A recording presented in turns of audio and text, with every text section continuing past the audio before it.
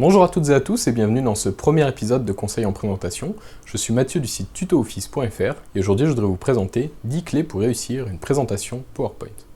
Alors vous avez tous déjà vu au moins une présentation PowerPoint et je suis sûr que vous êtes tous ennuyés à mourir devant au moins une de ces présentations. Et bien cette vidéo, avec un tout nouveau format, va essayer de vous apprendre à réaliser de belles présentations, mais surtout des présentations qui vont convaincre les gens à qui vous vous adressez. Car oui, c'est évidemment ça le but d'une présentation avant tout, c'est de convaincre, de défendre une idée. Donc pour ça, je vais vous présenter 10 clés qui vont être des sortes de conseils à respecter quand vous préparez vos présentations. Et on va commencer avec la première qui est selon moi la plus importante, c'est-à-dire une idée par slide. Votre PowerPoint doit avant tout être un support à votre présentation et non pas un texte que vous allez lire ou un script que vous allez lire bêtement pendant que les gens sont en train de lire la même chose que vous. Pour ça, il y a deux raisons évidentes. C'est que la première, c'est que quand vous lisez, c'est désagréable pour vous, mais ça l'est encore plus pour les gens à qui vous adressez. Vous voyez bien que là, j'étais en train de lire, vous allez trouver ça un peu moins intéressant, un peu plus barbant. La deuxième raison, qui est extrêmement simple, c'est que quand vous lisez ce qu'il y a sur vos slides, les gens font la même chose. Et ils vont d'abord lire et ensuite vous écouter, puisque le cerveau raisonne comme ça. D'abord il va lire et ensuite il va écouter. Ce qui fait qu'une fois qu'ils auront fini de lire, ce qui va aller très vite, ils n'auront plus envie d'écouter ce que vous avez à dire et vous n'aurez plus aucun intérêt dans la présentation. Donc pour ça, je vous donne 3 conseils assez simples. Donc le premier, c'est ce que je viens de vous dire, c'est-à-dire une idée par slide. Donc on va essayer de résumer au maximum ces idées en un mot ou deux, histoire de mettre des points assez clés dans ces slides. La deuxième, c'est justement, si vous voulez utiliser des listes à puces, qui sont souvent un petit peu trop utilisées, on va essayer de se limiter dans le contenu de ces listes à puces. Donc on va au maximum mettre 6 points par liste à puces, par slide évidemment, et 6 mots par point de cette liste à puces. À savoir que c'est un maximum qu'on se fixe pour éviter de mettre trop de texte, mais qu'en soi, ce serait même trop de mettre 6 points et 6 mots. Mais ça vous donne déjà un ordre d'idée que vous pouvez essayer de respecter dans vos slides. Le troisième conseil, c'est une règle mémotechnique. C'est la règle qui a été énoncée par Guy Kawasaki, qui est la règle des 10-20-30. Alors, cette règle s'applique normalement à des présentations de type business plan, mais c'est une règle que vous pouvez adapter à peu près tous les types de présentations. Donc le 10 pour 10 slides. Donc votre présentation fera autour de 10 slides. 10 slides, c'est un bon chiffre parce que ça vous permet à la fois de ne pas mettre 2 slides avec 2000 mots qui vont être des slides inutiles, mais plutôt de vous orienter pour étaler un petit peu vos idées. Et ça vous évitera aussi d'avoir une présentation qui va faire 100 slides ou 200 slides, qui fera beaucoup trop de contenu et qui n'aura aucun impact sur votre public. Ensuite, le 20, ça va être la durée de votre présentation. Alors 20, en général, c'est un bon timing. Vous pouvez aussi prévoir du temps pour les questions-réponses, tout ça. Sachez d'ailleurs que les présentations TED et TEDx, qui sont des présentations très intéressantes qui se font un peu partout dans le monde, eh bien, ces présentations font en général entre 15 et 20 minutes, voire même plus entre 10 et 20 minutes.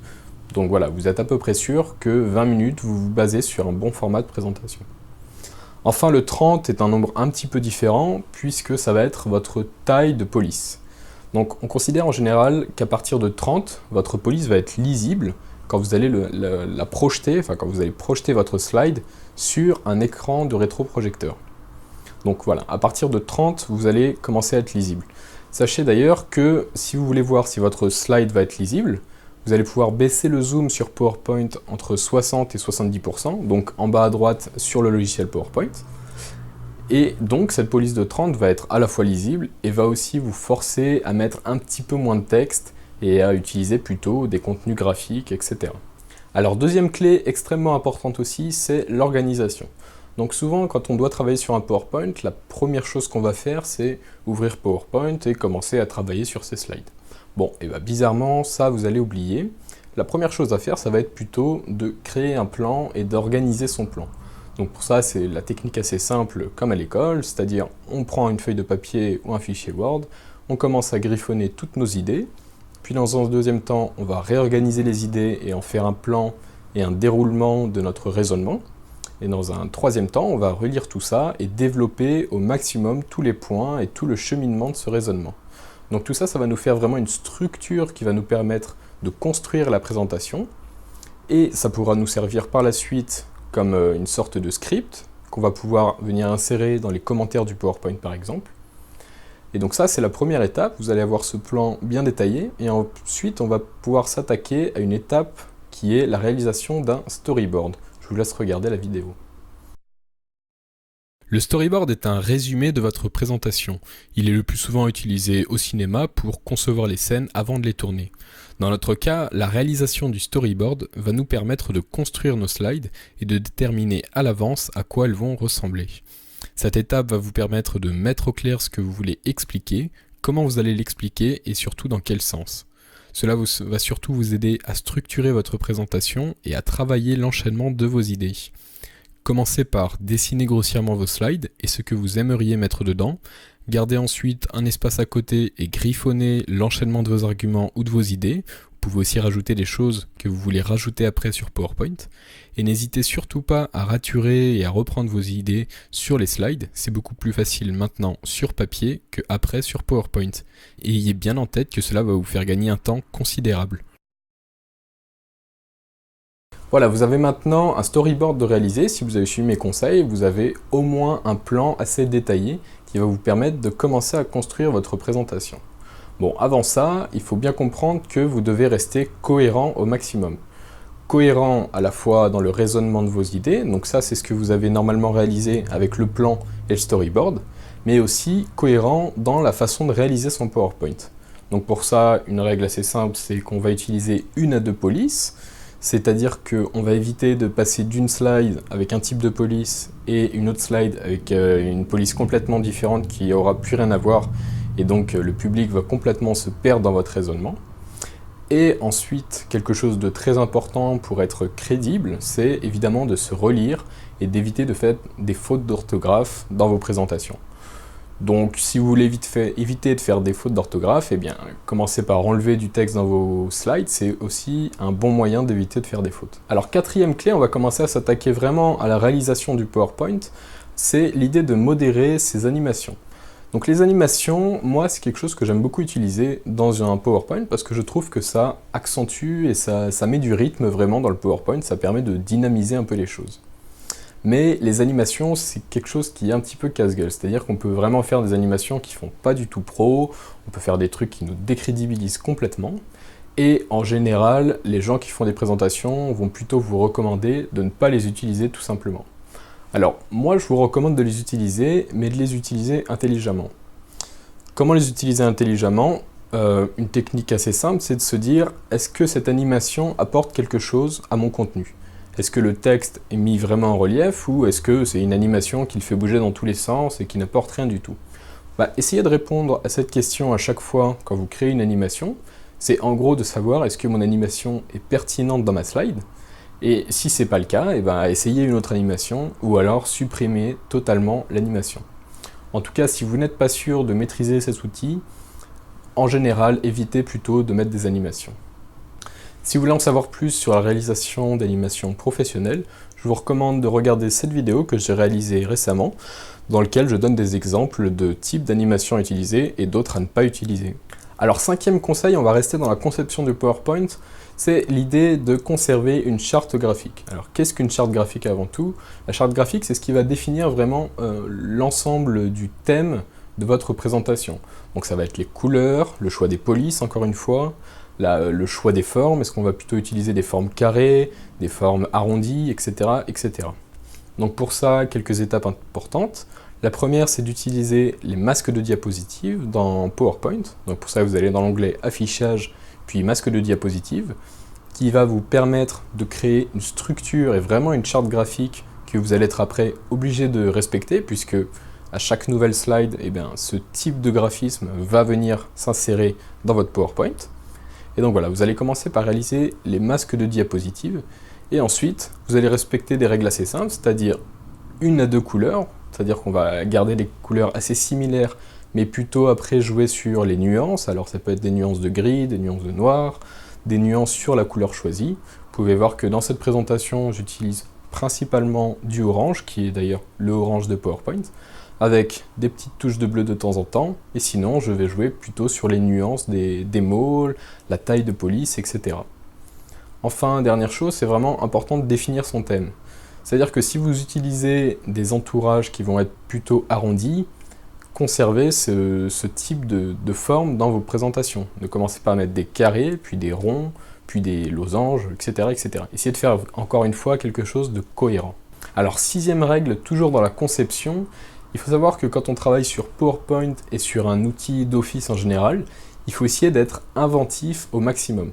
Alors pourquoi inventif? Parce qu'il n'y a pas un bouton qui va vous marquer spécifiquement telle action. C'est-à-dire que si vous voulez réaliser quelque chose de précis, il va parfois falloir un petit peu tricher sur la superposition des structures, sur la superposition du texte, des éléments, des images, etc. Sur les animations, c'est encore plus vrai. Et donc, il va falloir essayer d'être inventif. Donc ce que j'aime bien dire en général, c'est « je ne vois pas comment faire, mais je sais que je peux faire ». C'est une manière de dire que sur PowerPoint, vous allez pouvoir faire quasiment tout ce que vous voulez. Donc s'il y a quelque chose que vous avez déterminé à l'avance que vous voulez réaliser, dans votre storyboard par exemple, eh bien, d'une manière générale, vous allez pouvoir le réaliser sur PowerPoint. Mais il va parfois falloir passer un peu plus de temps, essayer de trouver une astuce, de vraiment trifouiller un peu dans le logiciel pour trouver qu'est-ce qui va répondre vraiment à notre problème. Et donc voilà, essayez d'être vraiment inventif dans la réalisation de vos PowerPoint. Alors 7e règle, vous êtes en train de créer votre PowerPoint et vous vous retrouvez avec du texte un petit peu partout. Eh bien, une règle toute simple, c'est d'utiliser des ressources. Alors des ressources, c'est quoi? Ça va être des graphiques, des images, des schémas, des smart art, etc. Un graphique va être beaucoup plus parlant pour parler de statistiques, donc plutôt que de mettre une phrase « il y a 70% de machin dans mon type de situation », eh bien vous allez mettre un beau graphique avec 70% en valeur, et ça va être beaucoup plus parlant, plutôt qu'une phrase qui devrait être lue par les personnes à qui vous parlez, que vous allez répéter, et encore une fois, ça vous permet d'éviter de mettre trop de texte sur vos slides. Attention aux images, cela dit, évitez de mettre des images pour le principe de mettre une image. Essayez de mettre vraiment une image qui va appuyer ce que vous êtes en train de dire et qui, encore une fois, est pertinente dans votre slide. Donc, c'est quelque chose d'assez compliqué à faire des fois, mais essayez de trouver vraiment une image qui illustre ce que vous êtes en train de dire, comme, je ne sais pas, vous parlez de statistiques, justement, vous n'allez pas mettre une photo de la plage, mais plutôt quelque chose qui va accentuer ce que vous êtes en train de dire, si vous avez un chiffre clé à faire ressortir, ou alors vous allez utiliser un schéma ou un graphique. Alors voilà un bon exemple d'une image. Ici j'utilise une image qui parle du problème que je vais vous parler, c'est-à-dire le fait de citer ses sources, et donc voilà l'utilisation d'une image. Donc citer ses sources, c'est très important. Citer ses sources, ça vous permet de gagner de la pertinence, de la crédibilité, et ça vous permet aussi de vous protéger dans certains cas. C'est surtout extrêmement utile si vous utilisez des données qui sont externes à votre travail. Donc si vous allez utiliser des sondages d'un organisme, d'un site, etc. Si vous allez utiliser des images, comme dans mon cas, eh bien, pensez à citer vraiment la source de vos images. C'est déjà par respect pour ceux qui ont produit le travail, mais aussi pour gagner en pertinence et en crédibilité dans votre présentation. Si vous ne savez pas où mettre votre source dans votre PowerPoint, alors déjà vous pouvez l'exprimer à l'oral, vous n'êtes pas obligé de le mettre sur votre PowerPoint, mais pensez aussi au footer qui est tout en bas de la présentation, qui vous permet en général de rajouter du texte qui n'est pas extrêmement important, mais qui ajoute quelque chose discrètement. Alors 9e clé, aussi très importante, c'est l'idée de se préparer. Donc si vous êtes en train de regarder cette vidéo, c'est que vous avez envie de vous préparer. Donc pour vous préparer, c'est ce que vous avez déjà fait, c'est-à-dire réaliser un plan, collecter des infos, réaliser un plan, organiser sa présentation, créer sa présentation. Mais une fois que tout ça va être fait, il va y avoir une étape encore importante que beaucoup de personnes oublient, c'est le fait de répéter. Alors répéter, c'est important de le faire au moins une fois, parce que ça va vous permettre de voir si votre présentation est cohérente, si ça s'enchaîne bien, et ça va vous permettre aussi de valider le fait de connaître votre sujet, qui est quelque chose de très important que l'on va voir juste après. Alors 10e clé, la dernière, ça va être plutôt du conseil de confiance en soi, c'est tout simplement l'idée d'être humble mais confiant. Humble dans la façon de réaliser votre PowerPoint, puisque c'est une présentation que vous êtes en train de faire, ce n'est pas un film, attention, mais confiant dans les choix que vous allez faire et dans la façon de présenter. C'est-à-dire que vous devez évidemment connaître votre sujet comme je vous l'ai dit, mais aussi assumer tous les choix que vous avez faits. C'est-à-dire que votre présentation, vous l'avez réalisée de A à Z. Donc, vous allez assumer les choix esthétiques, pourquoi ces couleurs, pourquoi c'est forme, pourquoi c'est police, etc. Et vous allez assumer évidemment le contenu que vous mettez dans vos slides, mais aussi ce que vous avancez comme données, etc. Donc voilà, soyez vraiment humble dans la façon de réaliser, essayez de faire quelque chose de simple qui va être propre et professionnel, mais soyez confiant quand vous présentez et surtout, il faut connaître son sujet. Alors si vous n'êtes toujours pas convaincu qu'on peut faire des choses assez intéressantes avec PowerPoint et vraiment faire des slides qui vont appuyer ce que vous êtes en train de dire, eh bien sachez que toute cette vidéo a été réalisée sur PowerPoint. Donc toutes les animations que vous voyez, tous les choix esthétiques, il n'y a pas de Photoshop, il n'y a pas d'After Effects, je me suis juste moi rajouté par-dessus en vidéo, donc ça c'est du montage vidéo, mais sinon tout le reste de la vidéo a été fait sur PowerPoint. Voilà, vous avez maintenant toutes les clés pour réussir vos présentations. J'espère que cette vidéo vous aura plu et surtout vous aura aidé. Si c'est le cas, n'hésitez pas à mettre un j'aime sous la vidéo, ça m'aide beaucoup. Et n'hésitez pas non plus à me poser vos questions si vous avez eu des problèmes, ou me donner vos retours si vous avez réussi de bonnes présentations et si vous avez réussi à défendre une idée que vous vouliez absolument défendre. Donc, vous avez maintenant toutes les clés, à vous de faire parler votre imagination et créez-nous de belles présentations.